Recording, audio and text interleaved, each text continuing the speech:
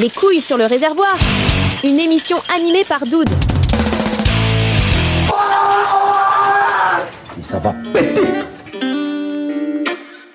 Savez-vous combien il vous faudra de temps pour pouvoir acquérir une nouvelle compétence? Quand je dis une nouvelle compétence, c'est que vous décidez de partir de zéro dans un domaine, n'importe lequel, et ce domaine, vous désirez en devenir quasiment expert. Eh bien, on considère en tout cas qu'en moyenne, il vous faudra 10 000 heures pour devenir presque expert de votre domaine à partir du moment où vous partez de zéro.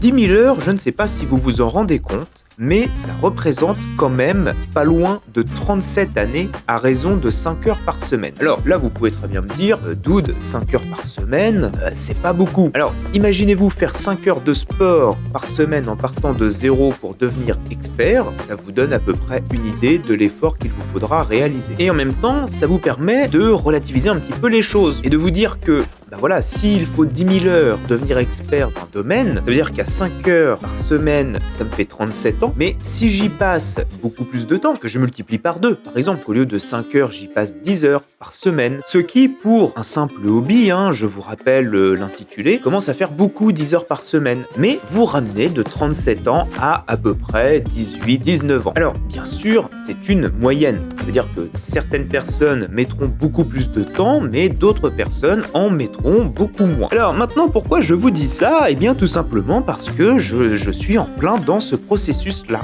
Voilà, j'ai décidé d'acquérir non pas une, mais plusieurs nouvelles compétences, notamment autour du voyage, de la moto, de tout ça, je vais y revenir. Et c'est incroyablement compliqué. Voilà, littéralement, j'en chie par tous les trous. Mais alors, au sens propre comme au sens figuré. Et aujourd'hui, eh bien, c'est de ça dont nous allons parler. Moi c'est Doud, vous êtes dans mon émission Les couilles sur le réservoir, épisode numéro 4. Aujourd'hui, nous allons parler processus d'apprentissage et surtout de l'environnement de l'apprentissage qui va autour. Si ton truc, c'est plus la vidéo, eh bien, je t'encourage à aller t'abonner à ma nouvelle chaîne YouTube. Ça s'appelle Les couilles sur le réservoir. Voilà, là-bas, j'y parle mécanique. J'y fais des essais pourris de moto, notamment des essais des dernières MASH qui sont sorties, mais pas que. Et il y en a tout un tas d'autres à venir. Donc, on se retrouve là-bas. En plus, je te le dis entre nous, j'ai fait x10 en termes d'abonnés. Ouais, je suis passé de 20 à 200. C'est incroyable. Mais si tu veux du contenu un peu plus chill, surtout voir les backstage, justement, des productions, des essais, de tout ça, eh bien, c'est sur Instagram et TikTok, @sur le réservoir. Et si ton truc, c'est le 100% fabriqué en France, mais avec des prix 100% abordables, eh bien, ce que je te conseille, c'est sur lereservoir.fr. Là-bas, tu y retrouveras tous les produits qu'on développe avec ma petite boîte de production, et c'est entièrement fabriqué en France. Et j'ai entendu même parler d'un certain tour de cou.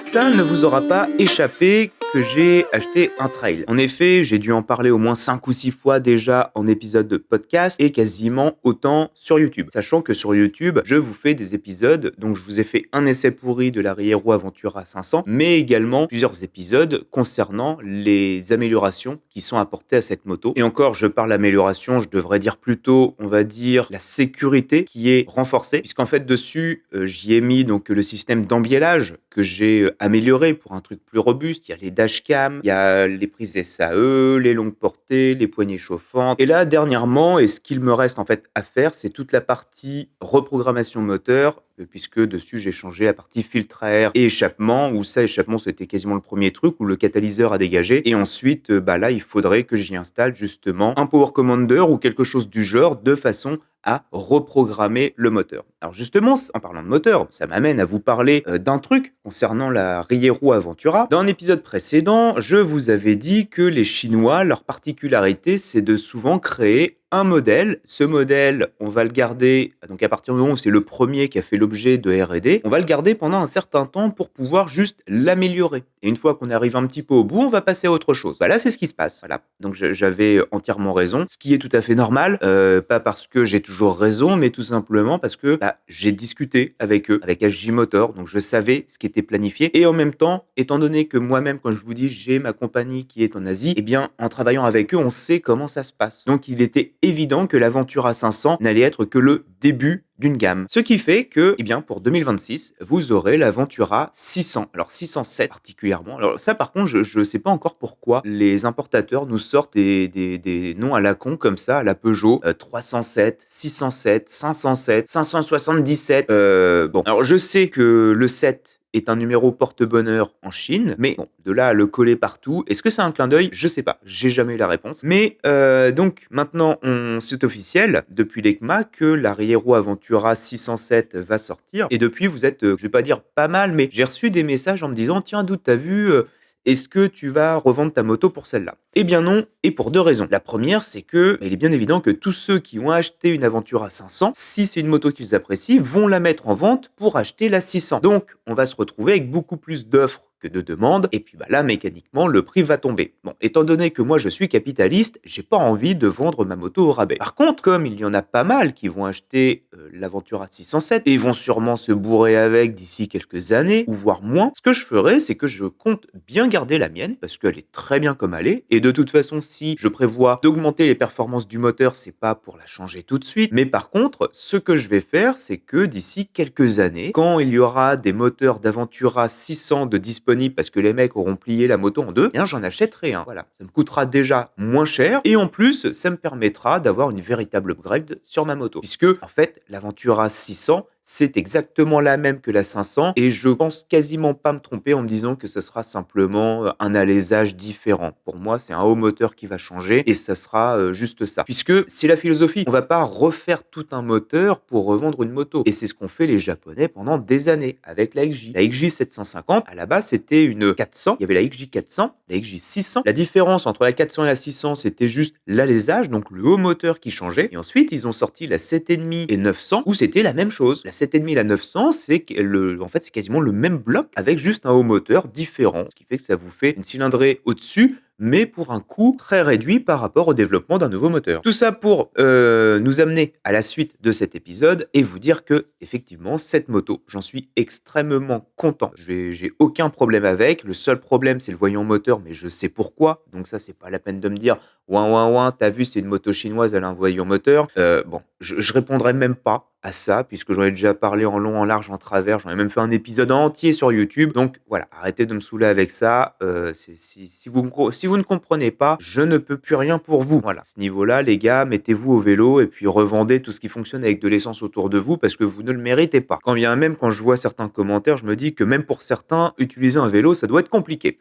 Mais voilà, nous ne sommes pas là pour ça et cela ne nous regarde pas. À partir du moment où j'ai un trail, que j'en suis très content et que à partir du moment où je commence à sortir un petit peu des routes parce que j'ai acheté ça justement pour pouvoir voyager. C'est quand même le but. On prend un trail pour voyager. Alors souvent, on prend soit un trail ou une GT. La GT est vraiment fait pour enquiller de la route. Le trail, lui, il est fait pour enquiller de la route aussi, mais en sortir par rapport à une GT. Quand bien même, apparemment, certains utilisent des Goldwing dans le désert. Bon, voilà, pourquoi pas. Apparemment, ça passe, comme quoi les Japonais avaient vraiment une longueur d'avance à l'époque. Mais le but, c'est ça. Le but, c'est de se dire, tiens, si à un moment donné, dans mon voyage, je me retrouve à devoir traverser un lit de rivière ou je sais pas quoi, bon, ma moto, je sais qu'elle en est capable. Si à un moment donné, je dois me retrouver dans une situation merdique, je sais que la moto peut m'en sortir facilement. Ce sera pas un gros machin de 300 kilos qu'il va falloir soulever avec un palan. Donc ça, c'est pour la théorie. Maintenant, dans la pratique, faire du off-road, ça ne s'invente pas. Donc, pour faire du off-road, il faut deux choses. La moto qui soit capable de faire du off-road. Et là, on va parler vite fait un peu matériel, puisque j'ai découvert, c'est même pas un monde, c'est tout un multiverse, où vous avez l'enduro, le trail, le maxi-trail, vous avez tout un tas de choses qui finalement veulent dire la même chose. Mais voilà, c'est des mondes bien séparés, très hermétiques, et qui ont même une fâcheuse tendance à se taper sur la gueule à distance. Donc ça, c'est assez chiant, c'est assez casse-couille.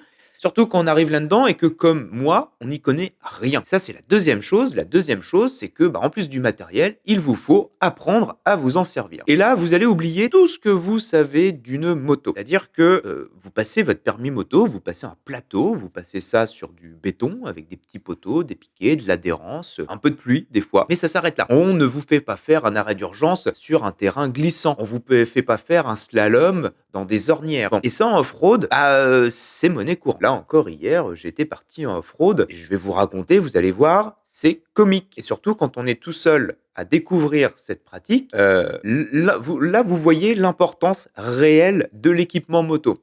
Donc déjà en temps normal, on se dit que des gens qui font de la moto de façon light, pas les débiles qui sont en short t-shirt sans gants, mais ceux qui sont en jean avec des petits gants, puis juste une veste, voilà, comme ça. Et ben c'est là où on se dit, même ça, finalement, je ne le ferai plus. Parce qu'une fois que vous vous retrouvez dans une ornière avec une moto de quasiment 300 kilos sur vous, et ben en fait vous êtes bien content d'avoir une paire de bottes qui vous maintient les chevilles, le tibia, tout ça, d'avoir une veste de moto avec des protections, avec une dorsale, d'avoir un véritable casque. Alors c'est aussi le casque, j'en ai fait un épisode, hein, mais d'avoir un casque qui soit prévu justement pour les rotations, pour tout ça, d'avoir aussi un pantalon d'off-road, pas un jean, un pantalon avec des protections de hanches, avec une espèce de blindage entre guillemets, pour quand l'échappement vous tombe en plein sur la cuisse, vous évitez d'avoir un nouveau tatouage. Donc c'est là où on se dit, effectivement, les gars du off-road, déjà, on les voit suréquipés, mais c'est pas surcoté. C'est juste nécessaire, en fait. Et je pense même que faire de la moto dehors, en ville, il faudrait être équipé pareil, en fait. Parce que le off-road, on vient pas prendre des pelles à 90, 120 km/h, même pas à 50. Quand vous êtes en trail, quand vous vous couchez quand la moto se couche sur vous parce que vous avez glissé ou quoi, vous êtes quasiment à l'arrêt, en fait. Le principal des pelles que vous prenez, c'est en dessous de 10 km/h parce que vous essayez de franchir un truc, vous glissez, la moto est déséquilibrée ou quoi. Et souvent, ça n'arrive pas à des hautes vitesses. Et c'est là où c'est le plus dangereux. Donc imaginez les motards qui se couchent sous une moto, sous une voiture à 50 km/h. Effectivement, ça ressemble à une pizza dont la boîte a été littéralement jetée au sol. Et il y a une troisième chose. Ça, je vous ai dit que deux parce qu'il vous fallait le matériel, il vous fallait donc la moto et ensuite tout simplement les connaissances. Mais il vous faut aussi le terrain pour pouvoir tout simplement rouler. Alors, c'est même pire que ça parce qu'en fait, il vous faut non seulement le terrain pour rouler, parce que souvent quand on achète un trail, on a envie de faire de l'off-road, et l'off-road en France, on va pas se le cacher, c'est compliqué. Je vais vous raconter juste après, pour mon apprentissage, tout ce que j'ai dû faire, et pour le peu que ça a généré. Mais voilà, donc en France, faire du off-road, c'est compliqué, et donc trouver des endroits pour apprendre, c'est compliqué également, parce que les seuls endroits où on peut apprendre du off-road, c'est pas à côté de chez soi. Vous n'avez pas des terrains de off-road partout en France. C'est principalement déjà dans le sud de la France, parce que là-bas, ils ont, en plus d'avoir des paysages magnifiques, ils ont effectivement des super terrains, des super sentiers, des choses qui sont dédiées à ça. C'est pas pour rien que tous les plus gros événements off-road, entre guillemets, trail, adventure et tout, sont principalement dans le sud et dans le sud-est de la France, ce qui est normal. Et donc, pour ma part, j'ai la moto, j'ai les équipements, donc ça,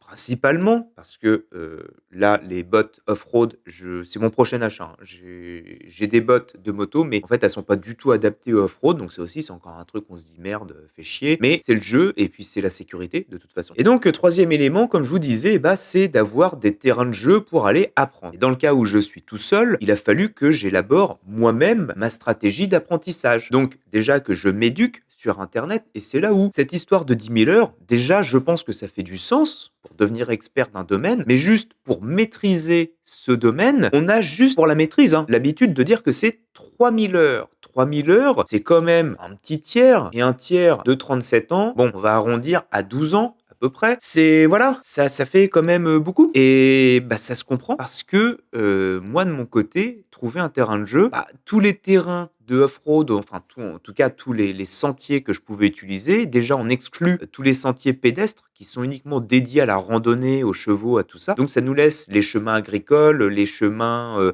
pour les bûcherons et compagnie. Et des sentiers comme ça ou des chemins qui sont ouverts aux véhicules motorisés, c'est simple, il y en a pas. Récemment, j'ai vu une vidéo, je vais pas balancer le nom, j'ai vu une vidéo d'un youtubeur qui est très très renommé dans le milieu, j'en ai même déjà parlé plusieurs fois, où ils ont fait une sortie à deux avec des motos d'enduro. Ils étaient sur des sentiers interdits aux véhicules motorisés. Alors, c'est pas moi qui l'invente, parce qu'à un moment donné, ils passent à un endroit où il y a une espèce de petite construction assez atypique, et cette construction-là, quand on regarde sur Google Maps où elle se situe sur un sentier interdit aux véhicules motorisés. Et eux, ils sont en toute décontraction. Alors, il y a deux solutions. Vous avez le droit, parce que vous avez demandé l'autorisation, et on vous l'a donné, puisque ce sentier est souvent, soit ça appartient à une commune, soit ça appartient à une personne ou quoi. Vous avez réussi à trouver le propriétaire propriétaire et il vous en a donné l'autorisation. Donc ça, c'est entièrement envisageable. Et la deuxième solution qui souvent, dans 9 fois sur 10, est celle-là, c'est que le panneau, vous en avez rien à foutre et vous y allez quand même. Et d'ailleurs, il y a même un truc qui est assez drôle, c'est que à un moment donné, dans les plans, on voit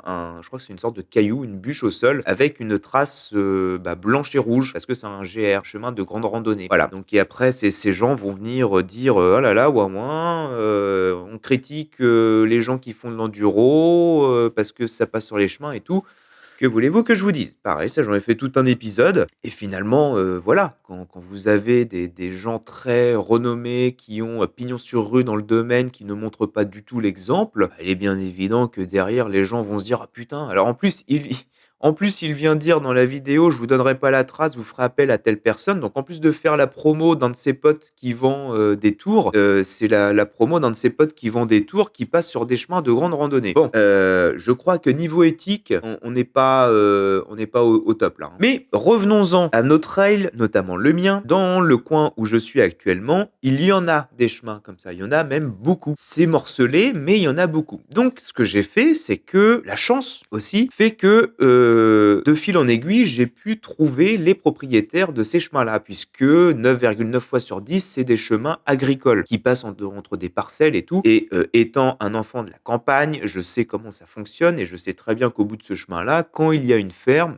c'est le propriétaire. Voilà. Et si c'est pas lui, il connaît le propriétaire. Donc c'est ce que j'ai fait. Je suis allé voir chaque personne pour trouver chaque propriétaire de chaque chemin agricole, lui expliquer ma démarche, lui dire bon bah voilà, j'essaye de faire ça, je voudrais m'entraîner, j'ai telle moto, machin, je fais ci, je fais ça.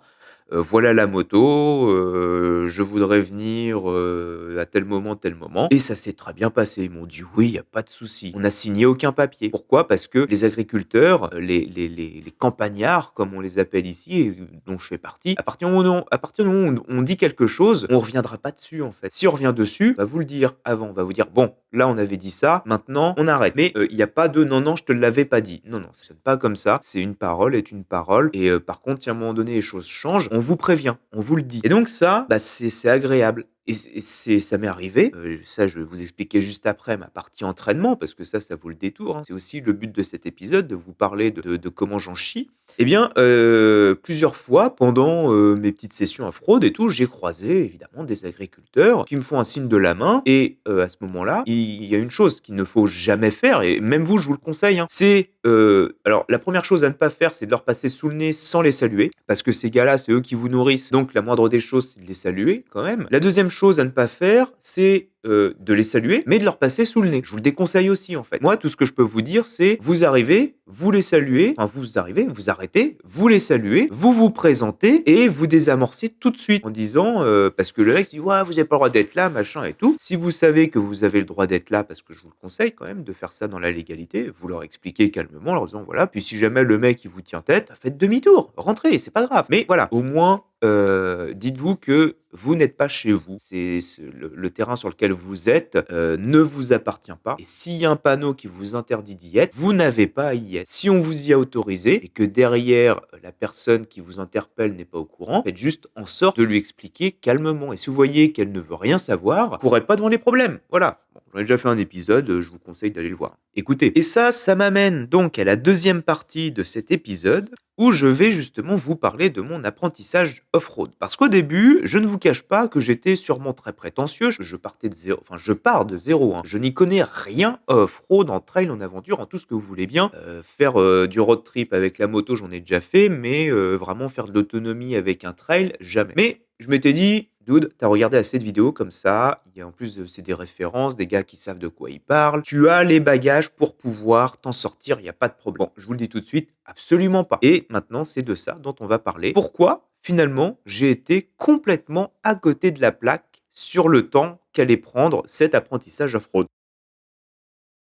Connaissez-vous l'effet Dunning-Kruger ou le biais de surconfiance en soi? Dunning et Kruger, puisque effectivement ce n'est pas un gars, principalement blond aux yeux bleus, qui s'appellerait Dunning-Kruger, non, ce sont deux chercheurs qui de plus sont américains, ont mis en évidence un biais psychologique que l'on a tous. Et ça, je vous le garantis, quasiment quelle que soit la personne, nous avons ce biais en nous. Ce biais qui est très simple, il consiste tout simplement à surestimer ses compétences. C'est-à-dire que moi, par exemple, dans mon cas, je me suis dit, bien, je veux apprendre une nouvelle discipline en moto, là, la partie off-road, un peu trail enduro. J'étais parti sur le principe que je sais conduire une moto, puisque je le fais depuis plusieurs années, que ensuite j'ai le matériel pour. Certes, je n'ai pas les connaissances ni les compétences, mais que ça devrait aller relativement vite à apprendre. Ici, nous sommes manifestement présents dans le cas d'une surconfiance en soi. Dans le cas où, en gros, tout le monde se dit si un jour le pilote dans l'avion meurt, je serai capable de le ramener sans problème au sol. Bon, je vous le dis tout de suite, c'est entièrement faux. Vous ne pourrez jamais sans les connaissances et les compétences.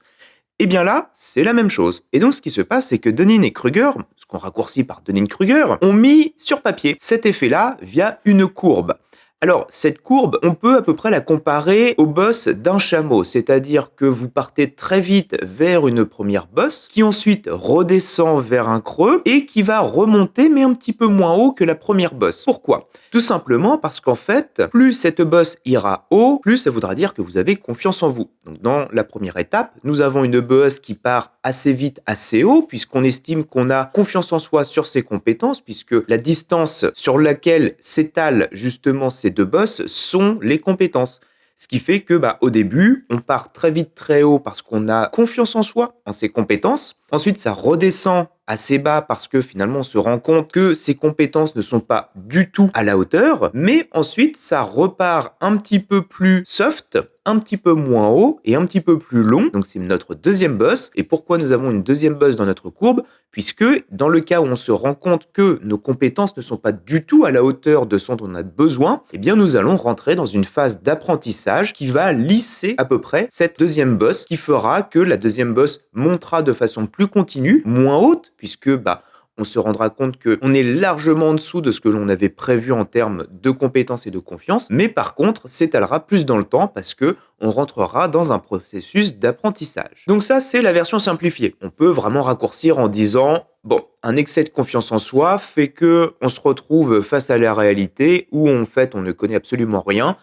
Après, vous avez le choix, vous pouvez soit abandonner, ce que font beaucoup de personnes, et vous pouvez également vous dire, effectivement, je n'y connais rien, et donc je vais apprendre. Et ça, je vous garantis que même les personnes les plus aguerries tombent dans ce piège à différents degrés, mais on y passe tous. Et je vous dis, moi le premier, et honnêtement, si demain je devais me mettre à la piste, je suis quasiment certain que je me dirais « Oh, ça va, je pense que je peux m'en sortir correctement. » Et en fait, absolument pas du tout. Et bien dans mon cas, c'est exactement ce qui s'est passé. Sachant que, connaissant la réalité de ce biais-là, j'avais plus ou moins anticipé, en me disant, bien, on va quand même regarder un petit peu des vidéos sur Internet, voir comment ça se passe, des règles de sécurité de base, et ensuite, je vais me faire des petites sorties qui vont être de différents degrés de difficulté. Donc, au début, on va se faire une petite sortie simple sur un chemin en terre sec, quelque chose, juste histoire de sentir un peu la moto glisser.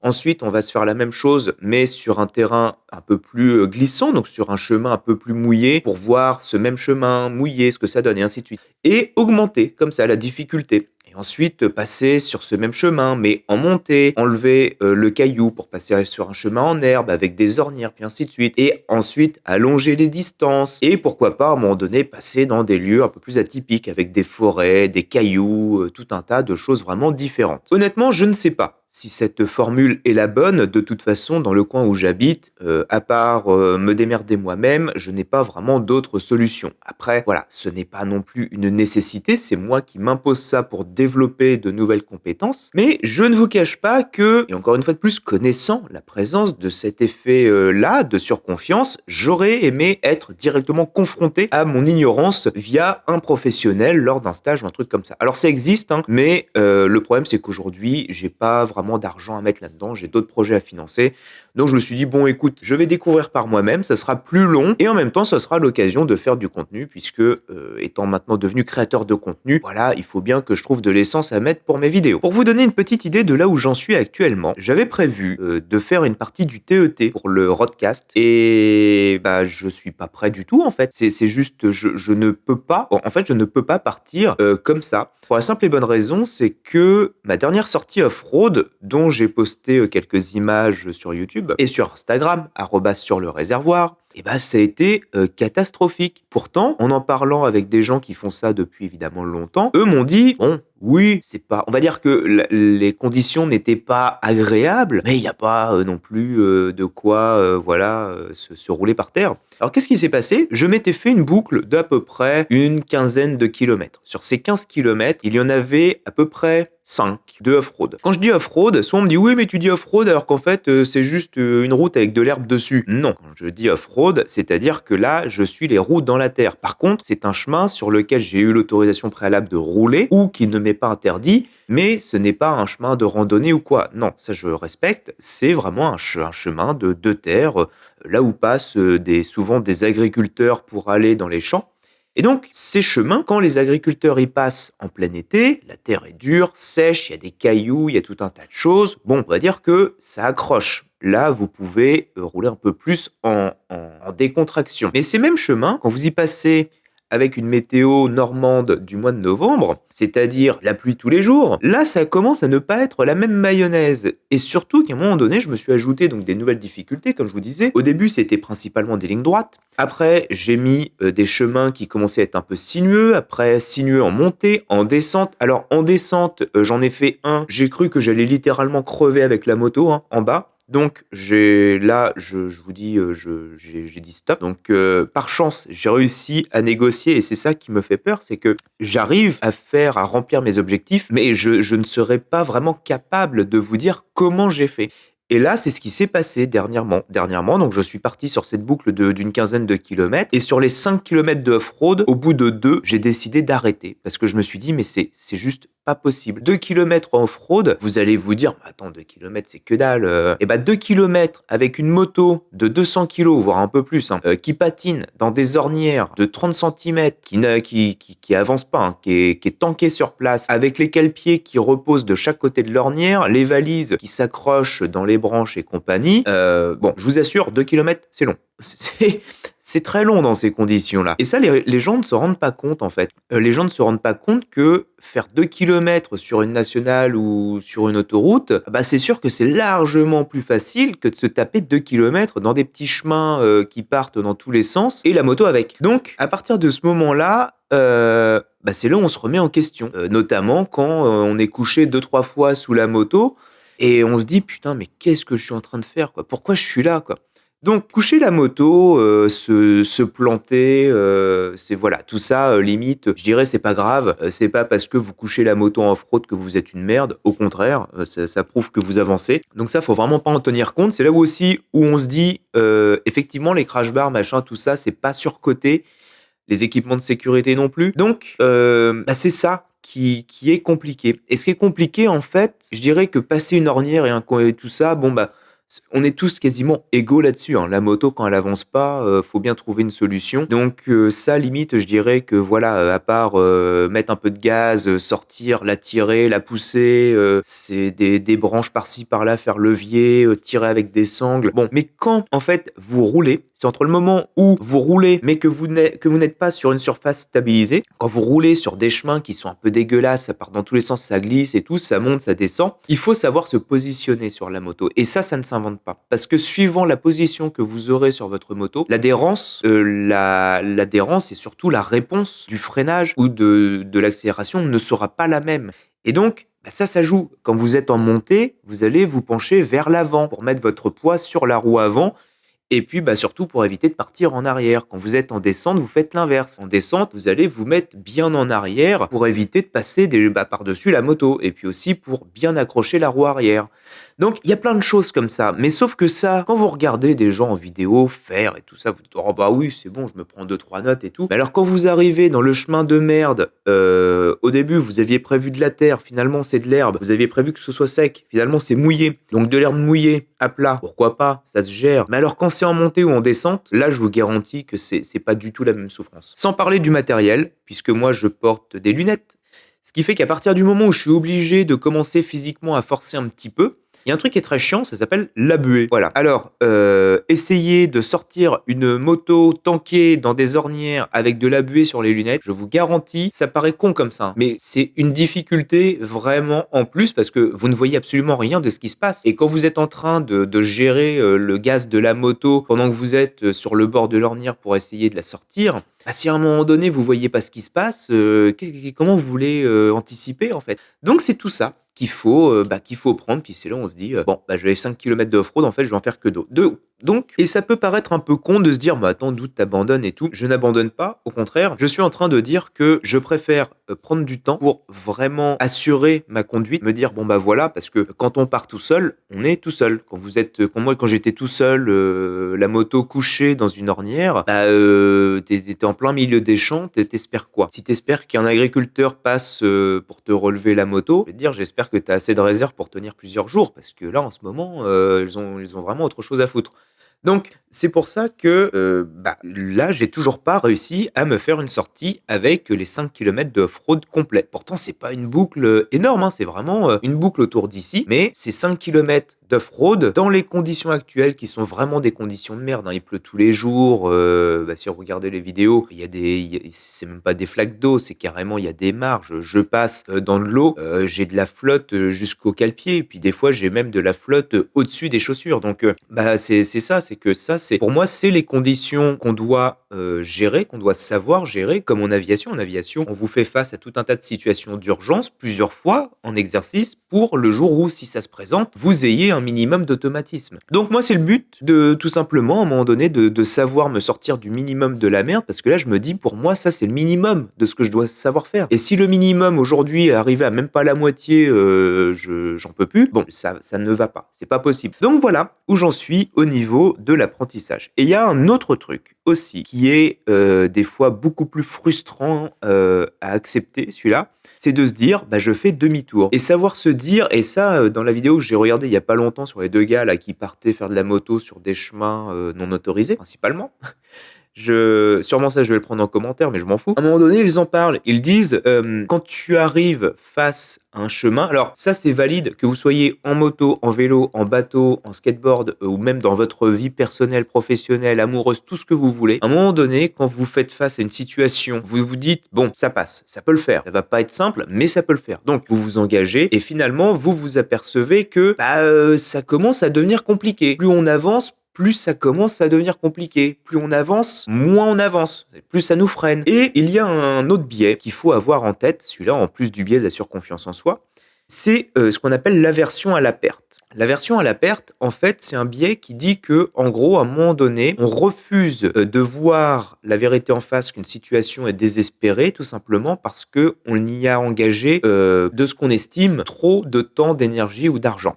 Je vais vous donner un exemple tout simple, un exemple qu'on connaît tous. Vous êtes en relation avec quelqu'un. Cette relation, pour X raisons, au bout d'un moment, ça commence à battre de l'aile. Ça fait 2-3 ans que vous êtes ensemble, ça ralentit, il n'y a plus vraiment de surprise, voilà. C'est pas qu'il y en a un qui ait trompé l'autre ou quoi, mais la routine fait que bon bah le couple voilà est devenu très platonique. Et là, une des deux personnes dit à l'autre, je pense que je ne suis plus amoureux de toi. Voilà, j'ai plus de sentiments, il n'y a plus rien qui m'anime.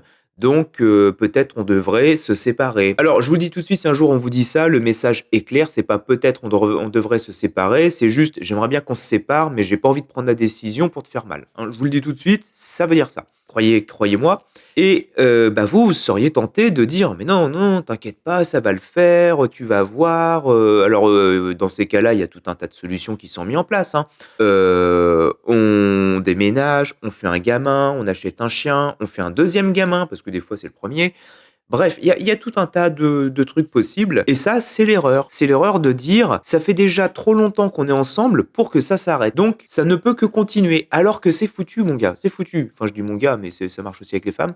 Donc c'est ça, c'est de se dire: «Bah, on y a déjà consacré trop d'argent, trop de temps, trop de ce que vous voulez bien pour qu'on s'arrête en fait». Alors que non, c'est mort, point. Et ça souvent, les entreprises sont très sujets à ça. Puisque souvent, c'est ce qui se passe dans la recherche et développement d'un produit ou de la mise en place d'une campagne marketing ou quoi, de se dire non, là les gars, on a dépensé X millions d'euros pour votre truc, Si vous nous dites que c'est impossible, ça va pas le faire parce que ça nous a coûté déjà beaucoup d'argent. Oui, mais le problème, c'est que soit ça vous coûte 1 million d'euros et on s'arrête là parce qu'on sait que derrière, ça ne marchera pas, ça ne pourra pas aller plus loin, ou soit vous continuez à dépenser de l'argent, mais ça sera que de l'argent en plus de dépenser parce que ça marchera pas plus derrière. Donc c'est ça le biais.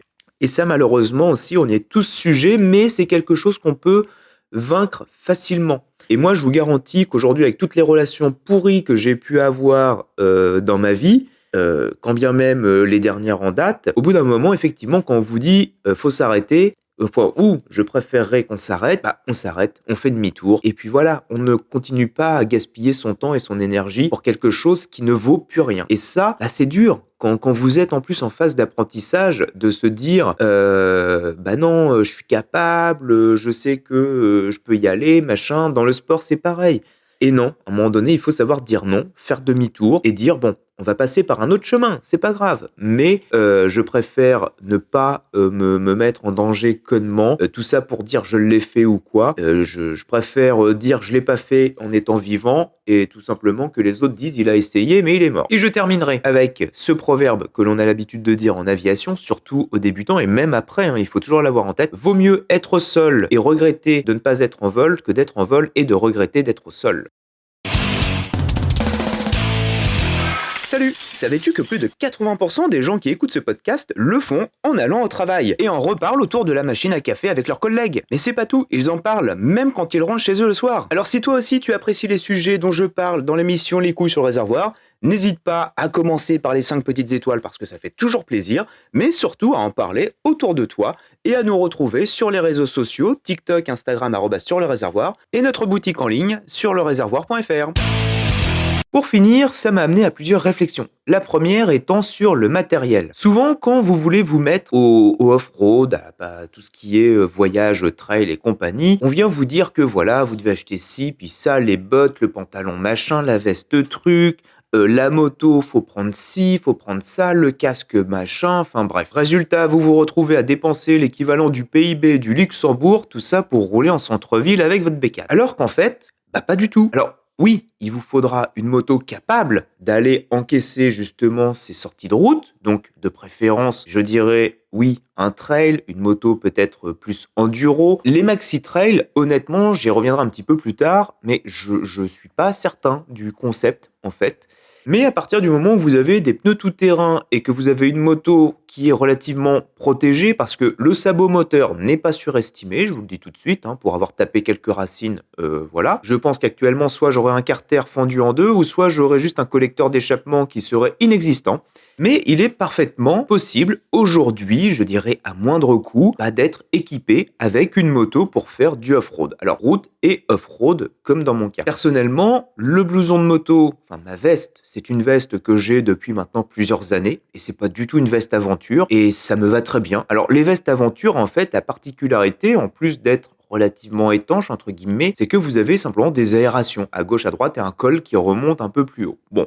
Je n'ai pas ces aérations-là, mais ma veste, je peux l'ouvrir là. Donc je l'ouvre, tout simplement. Et l'avantage aussi, c'est que j'ai pris un pantalon, lui par contre, un pantalon Adventure, avec des protections de hanches, une doublure à l'intérieur pour rouler dans le froid, et c'est un pantalon qui est vraiment très bien. C'est la marque DXR de chez Motoblues. Je n'ai même plus le modèle en tête, mais tout ce que je sais, c'est que j'en ai parlé plusieurs fois avec des amis qui eux ont acheté le même et qui n'ont zéro regretté ce pantalon-là. Parce que, voilà, il est vraiment très bien, il est vraiment très adapté. Le seul reproche, c'est les bretelles, qui sont vraiment un peu cheap et qui fait qu'elles s'abîment et les bretelles en espèce d'élastique ont tendance à se détendre. Bon, c'est un peu chiant, mais c'est pas non plus insurmontable. Et l'avantage, c'est que ce pantalon, avec ma veste Revit, est compatible, puisque vous avez des fermetures éclairs qui permettent de les accrocher. Donc ça me fait une combinaison qui a dû me coûter même pas 300 €, puisque le pantalon coûte dans les 120, la veste à peu près dans les mêmes prix. Bon, alors ça, c'était dans les années 2024, 23, mais voilà, déjà à moindre coût. Ensuite, le casque avec lequel je roulais dans mes road trips, avec la 7,5, quand je faisais ça, eh bien, c'était un casque modulable de chez Carrefour. Voilà. J'avais acheté chez Carrefour, 70 €, parce que j'avais pas envie de foutre d'argent là-dedans. Il est homologué, puisque c'est les mêmes casques que vous retrouvez dans des magasins de moto ou quoi, c'est juste une marque qui est random, complètement random. Le casque est un petit peu lourd, mais c'est un casque modulable avec la visière solaire et tout, et qui fait la job, qui est très bien, qui était vraiment très très bien. Et ce casque-là, par contre, pour du off-road, bah évidemment, je voulais pas le garder. Je voulais avoir un truc plus léger parce que si je voulais rouler plus longtemps, il fallait quand même que les conditions soient meilleures. Donc j'ai pris un casque Adventure de chez Moto Blues, pareil, la marque DXR de mémoire, je crois. Casque entrée de gamme qui m'a coûté même pas 100 €, 90, avec visière solaire intégrée, la visière, la full visière, vision panoramique, casque léger, très léger. Gros avantage, j'ai des lunettes, et bah ce casque-là, sur les mousses à l'intérieur, vous avez des petits canaux qui font passer les branches de lunettes, ce qui est incroyable, de révolution comme moi quand on a des lunettes, et tous ceux qui en ont savent de quoi je parle. Et ce casque, en plus, est confortable. Et en plus d'être confortable, vous avez tout ce qu'il faut pour mettre dedans l'intercom et tout ça. Bref, 90 balles. Donc aujourd'hui, c'est pas la peine de foutre 500 balles dans un casque off-road. En plus, quand on vient me dire, oui, mais les casques off-road, la visière, à partir de 130 km/h, blablabla. Les mecs, est-ce que vous roulez en off-road à 130 km/h? Quand vous roulez en voyage comme ça, de l'autoroute, c'est même pas la moitié, enfin, c'est même pas un tiers du voyage. Moi, j'en prends pas d'autoroute. Donc, je m'en tape le cul que ma visière à 130 km/h fasse du bruit. C'est sur la nationale, je roule à 70. Donc voilà, à un moment donné, il faut arrêter. Donc déjà, n'écoutez pas les gens, parce que si vous les écoutez, vous allez les retrouver tous avec des GS et puis des pantalons à 15 000 balles. Mais il y a vraiment moyen de s'équiper pour pas trop cher et surtout de façon sécuritaire. Attention, moi je vous parle que de matériel, évidemment homologué, acheté en France dans des magasins qui sont quand même réputés. Mes chaussures, alors j'ai des chaussures de moto, c'est pas des bottes que j'ai eues donc chez mes amis de chez JLC Moto, c'est la marque Forma, elles sont juste à côté de moi et qui sont très bien. Alors j'ai découvert qu'elles n'étaient pas étanches quand on mettait les deux pieds dans de l'eau, mais ça c'est je pense un peu normal. Mais voilà, ces chaussures-là, j'ai des milliers de kilomètres avec et elles bougent pas. Elles sont superbes. Sauf que voilà, c'est des chaussures, c'est pas des bottes. Donc évidemment, si à un moment donné, je me coince la cheville entre le cale-pied et une racine, la cheville passe derrière le tibia. C'est normal. Peut-être qu'avec une botte, ça le ferait pas. Donc prochaine étape quand même, acheter une paire de bottes.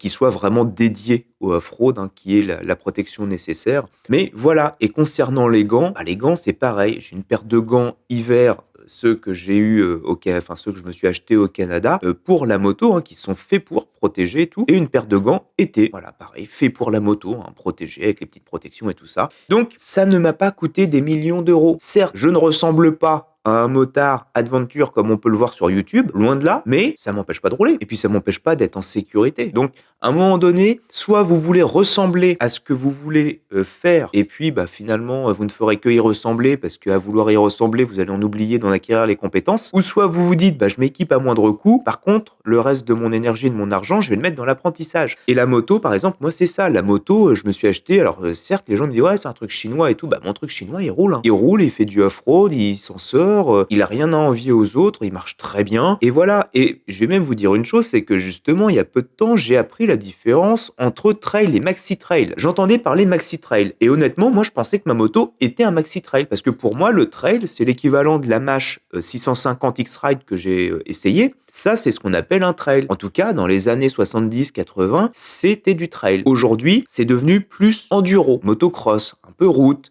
Et le trail, c'est ce que j'ai. C'est-à-dire que c'est des petites motos, trail, voyage, aventure, comme ça, qui sont quasiment entre 125 et 600 cm3, pas plus, qui font dans les 200 kg. La mienne fait 190 à vide. Et ensuite, vous avez les maxi trail. Où là, les maxi trails, c'est les plus de 600 cm3. Souvent, c'est les gros 800, les 1000, ce que j'appelle moi les camions, hein. Pour moi, c'est les trucks, c'est les trucks de la moto. Et là, honnêtement, les gars, quand je vois moi comment je peux galérer avec mon trail, qui est pas gros, hein, honnêtement, la mienne, elle est pas grosse. Mais quand je vois des gars avec des gros trails, les gros maxi trails BMW, Suzuki, machin et tout, et je sais pas comment vous faites en fait. Parce que ok, il y a une question de gabarit, très bien, je le conçois, et à un moment donné, il y a une limite physique en termes de mécanique, enfin. Et effectivement, j'ai vu des vidéos c'est pas le Paris-Dakar, je crois que c'est l'Africa Eco Race, d'un gars qui a fait l'Africa Eco Race avec un maxi trail, et le type, il en a chié, mais du début à la fin, quoi. Parce que c'est pas fait pour ça. C'est zéro. Et en fait, on s'aperçoit que plus on avance dans le temps, moins les maxi trails sont faits pour pour faire du trail en fait. C'est ce qui est quand même assez incroyable. J'ai vu des vidéos sur YouTube des gars qui achètent des maxi trail BMW, mais les mecs, vous allez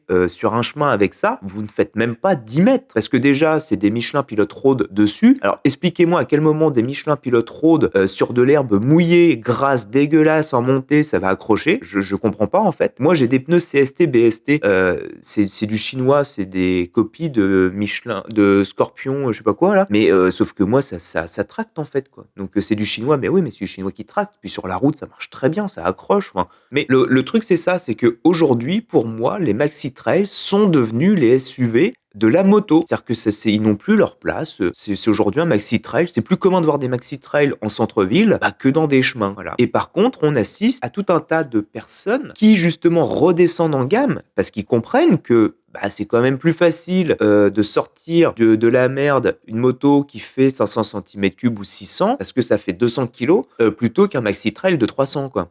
Oui, effectivement. Et ça joue aussi quand vous voulez vous mettre à quelque chose. Partez pas tout de suite au plus haut, même si vous avez le budget. Au contraire, plus vous avez le budget pour vous payer du haut de gamme, plus vous allez en chier parce que en fait vous serez confronté à des trucs vraiment techniques et vous devrez déployer encore plus d'énergie et de compétences pour pouvoir justement vous en sortir avec ça. Et ça, je pense que c'est aussi l'erreur que font beaucoup de gens, de se mettre des bâtons dans les roues avec l'équipement dès le début. Et ça, ça c'est un truc auquel je suis confronté depuis extrêmement longtemps dans l'aviation, le modélisme et tout ça, où je sais très bien qu'il faut rentrer dans une discipline par la petite porte. Déjà pour des questions d'humilité, pour des questions de confiance en soi et tout ça. Et à partir du moment où vous savez gérer au minimum vos choses, monter en gamme, c'est juste un schéma normal et un schéma qui va se faire naturellement. Si vous arrivez tout de suite avec de l'équipement le plus haut de gamme possible, non seulement vous n'en connaîtrez pas les tenants et aboutissants, vous allez passer pour un guignol, vous allez vous faire mal, vous allez vous écœurer, et puis après on retrouvera ça sur le bon coin à des prix cassés. Voilà. Si vous n'êtes pas mort, évidemment. Et c'est pour ça que je comprends cette guerre entre les personnes qui font de l'enduro et ceux qui font du trail. Souvent, j'en discute avec une amie qui fait de l'enduro dans le sud-est.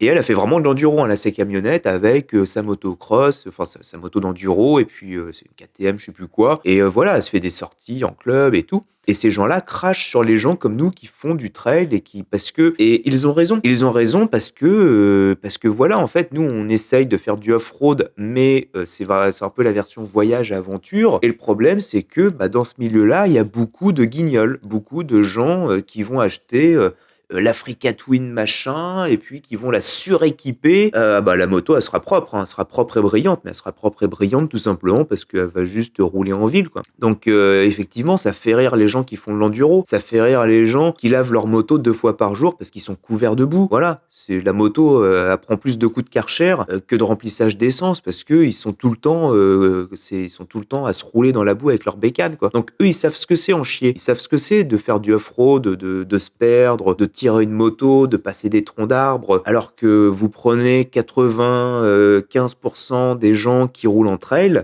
passer un tronc d'arbre, personne connaît. Moi, j'en ai fait 2. Voilà. Je le dis pas, mais j'en ai fait 2, et je vous garantis que la façon dont je l'ai fait, je suis vraiment pas fier, parce que la moto, je vous dis, tirer plus de 200 kilos comme ça dans les feuilles, et heureusement qu'il y avait des feuilles, heureusement que la moto glissait sur des feuilles, mais je vous dis, c'est l'enfer, quoi. Tant que vous l'avez pas vécu. Et c'est au moment où vous êtes confronté à tout ça que là vous dites merde, mon équipement, j'aurais peut-être dû faire gaffe en fait. Parce que au début, il y a de la casse, il y a beaucoup de casse au début sur l'équipement, du pantalon, du casque, des chaussures, de tout ça. Et quand vous partez sur des trucs méga budget en vous disant que vous serez au top de la protection, alors qu'en fait, il y a des casques à 70 balles qui protègent plus que des casques à 500 balles, j'en ai déjà pas parlé, voilà, visez juste. Et c'est ça qu'il faut faire en fait, et c'est ça qui est compliqué au début à faire comprendre aux gens. Surtout sur YouTube, quand on vient me parler, me dire « Ah, mais cette moto, c'est de la merde, ça, c'est nul, machin et tout ». Les gens ne sont plus capables de remettre en contexte les motos parce que aujourd'hui on utilise tout pour faire n'importe quoi. Des SUV, on prend des 4x4 sur la route. Résultat aujourd'hui, quand on met des 4x4 dans le sable, ou dans la terre, on vient s'étonner que ça fonctionne plus. Bah oui, on les a étudiés pour rouler sur la route, pas dans des chemins, pas dans de la merde. Donc résultat, aujourd'hui, vous avez des super 4x4, pour rouler dans les chemins ou dans la terre, vous devez les modifier. Vous prenez un Lada quand c'est sorti, ça roulait sur la route, mais ça roulait aussi dans à peu près 1,20 m de flotte. Bon, il y a pas besoin de le modifier. Donc c'est ça le problème et c'est là où, bah, l'apprentissage s'en trouve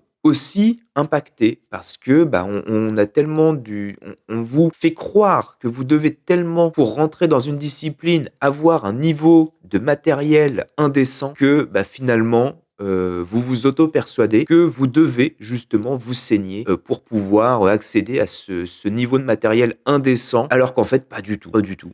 C'est puis alors là, j'ai des noms, de milieux en tête. Vous prenez notamment le milieu du sport automobile, hein, du rallye. Les gars en rallye qui abandonnent parce que leur 106, tunée dans le fond du garage, elle suffit plus face aux gars qui vont dépenser 300 000 balles sur une bagnole WRC, chez Peugeot. Ou dans le karting, tout simplement, dans le karting où, bah, si vous avez de l'argent, vous gagnez. Voilà, ce qu'on appelle le pay to win, parce que vous aurez le meilleur équipement, voilà, sans forcément les compétences, hein, mais juste parce que, bah, c'est comme ça.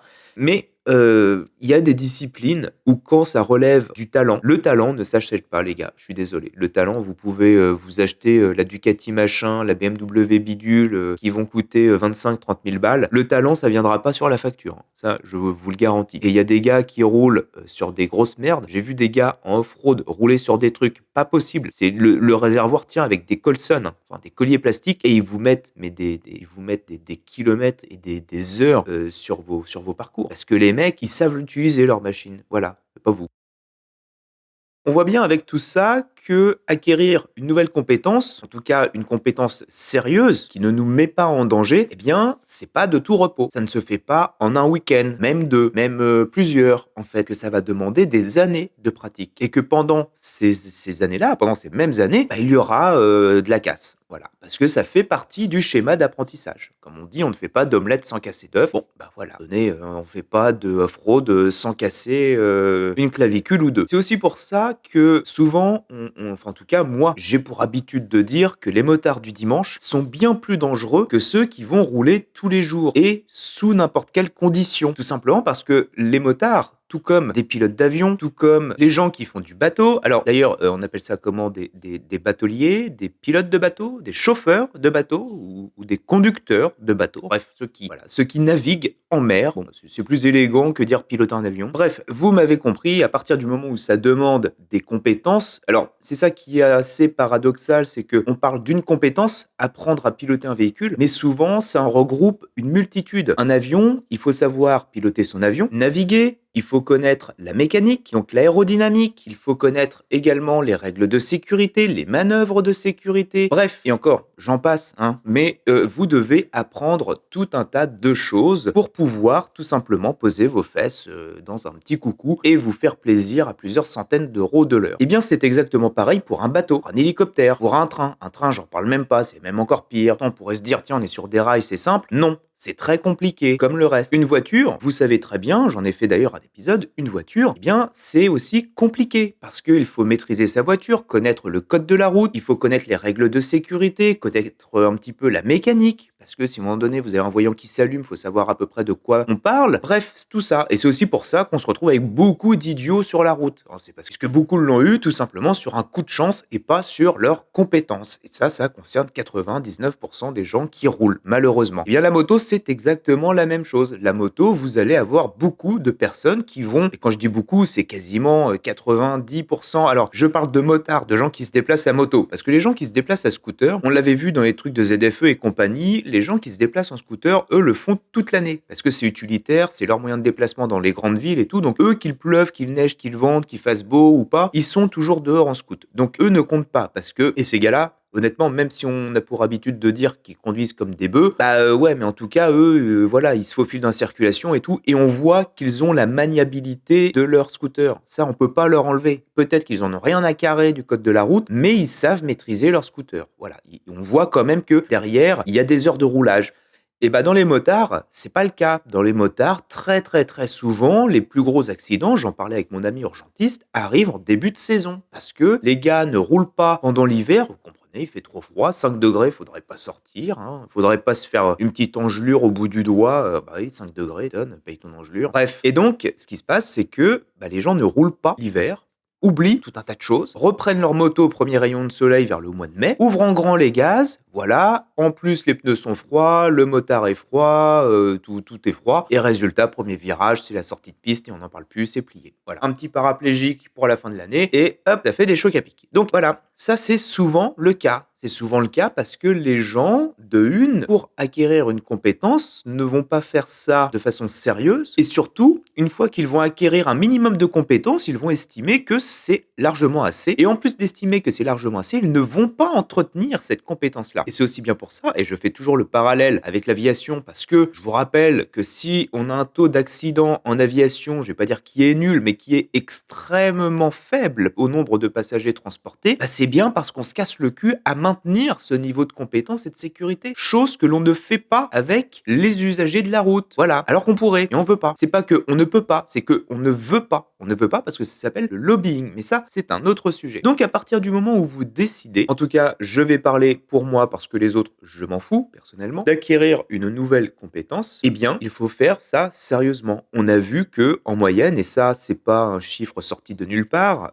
c'est pas comme dire faut marcher 10 000 pas par jour. Ça, entre nous, ça a été débunké 15 millions de fois, mais je vois qu'il y a toujours des idiots qui l'utilisent. 10 000 pas par jour, c'était une campagne de publicité pour une marque de chaussures. Michelin a fait la même chose avec le guide du routard. Voilà, le guide Michelin, les étoiles, machin et compagnie, c'était pour forcer les gens à faire des kilomètres et user des pneus. Les 10 000 pas par jour, c'est pareil, pour vous faire user des chaussures et en acheter des nouvelles. Donc, à partir du moment où vous décidez d'acquérir une nouvelle compétence, eh bien, c'est 3000 heures minimum pour, on va dire, avoir la maîtrise. Et ensuite, pour devenir expert, c'est 10 000 heures. Et vous prenez des gens dans la moto, dans l'aviation, dans la navigation, dans les bateaux et compagnie. Les mecs qui sont au bout du micro ou les mecs qu'on laisse parler, qu'on écoute, c'est pas des types d'une vingtaine d'années. C'est souvent des mecs qui ont le visage marqué, on voit, marqué par le sel marin, marqué par le kérosène, ou surtout les heures de vol, hein, avec des cernes qui descendent à peu près jusqu'aux moustaches. Et ces personnes-là, on les écoute parce que, bah voilà, elles-mêmes nous disent que, bah moi les gars, au bout de 20 ans, j'en apprends tous les jours, ainsi de suite. Et voilà, parce que acquérir une compétence, ce n'est pas en faire l'acquisition, on paye en son contact et c'est dans la poche. Acquérir une nouvelle compétence, en fait, je dirais que c'est même, le terme est trompeur. En fait, c'est simplement, je dirais, courir après une nouvelle compétence. Puisque la compétence, vous ne la maîtriserez jamais. Puisque à partir du moment où le matériel va évoluer, vous devrez réapprendre sans cesse. Des navigateurs, des marins,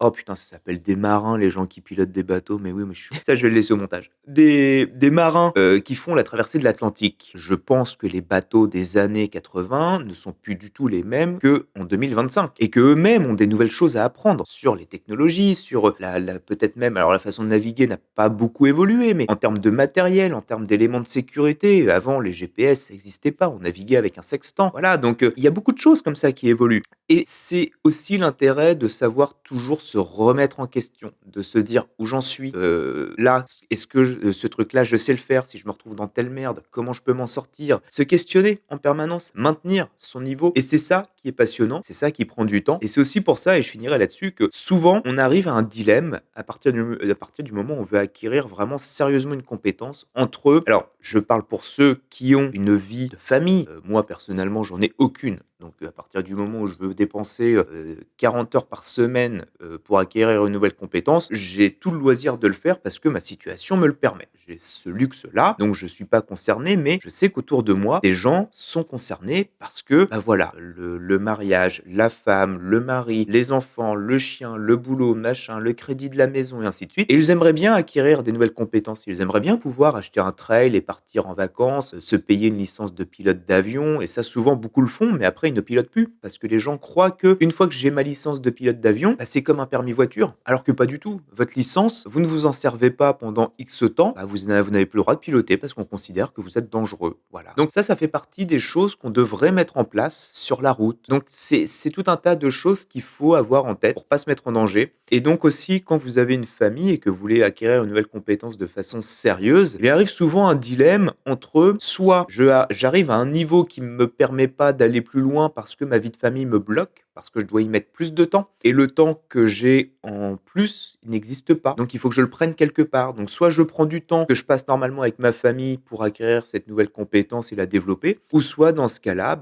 j'arrête en fait. J'arrête et je reste à un niveau, médiocre. Si j'aurais investi du temps et de l'argent pour rien parce qu'à un moment donné, on me reprochera que le temps de libre, au lieu de le passer en plus avec ma famille ou quoi, je le passe à faire, de l'aquariophilie, de la pêche, de la chasse à la fourmi ou je ne sais quoi. Et donc c'est ça que je trouve dommage, c'est que souvent quand on signe un contrat de mariage, quand on s'engage avec quelqu'un ou juste quand on fait un enfant, je pense qu'il faudrait réfléchir un petit peu avant et se dire: «Ma vie, est-ce que j'ai envie de la laisser linéaire, tracer une ligne droite jusqu'à ma mort en passant par la case mariage, enfant, boulot et retraite?» Et encore, retraite, on va le mettre entre parenthèses avec un petit point d'interrogation. Ou est-ce que à un moment donné, je mets le moins de barrières possible, je me mets le moins de verrous possible et ma vie, au lieu d'avoir une ligne droite, je vais en faire des putains de zigzags, je vais en faire une courbe de Dunning-Kruger à pu en finir et j'ai juste envie de développer tout un tas de connaissances et de compétences jusqu'à ma mort parce que j'ai pas envie de me faire chier jusque là-bas et de me dire que, une fois que je serai à quelques secondes de rendre mon dernier soupir, que finalement, j'ai peut-être raté quelque chose. Vivez libre, n'arrêtez pas d'apprendre, c'était Doud, je vous fais des bisous, on se retrouve bientôt pour un nouvel épisode et comme disait Valérie,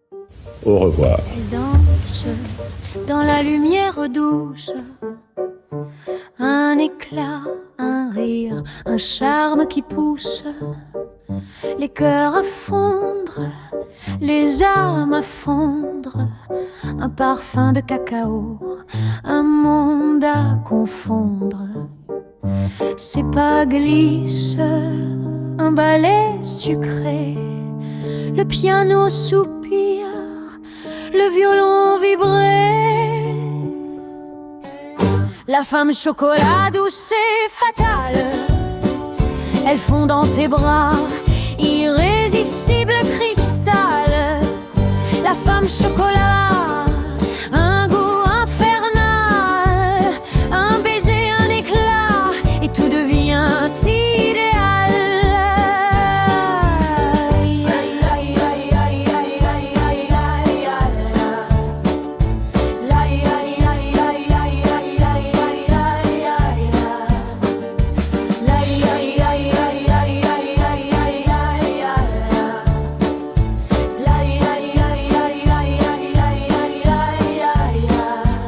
Son sourire cache des secrets, un soupçon d'épices, un goût parfait. Les notes s'envolent, le tourbillon en fête. Elle est le mystère, la saveur qui s'apprête. Elle murmure des mots comme des éclats, des éclairs d'amour, un souffle en chocolat.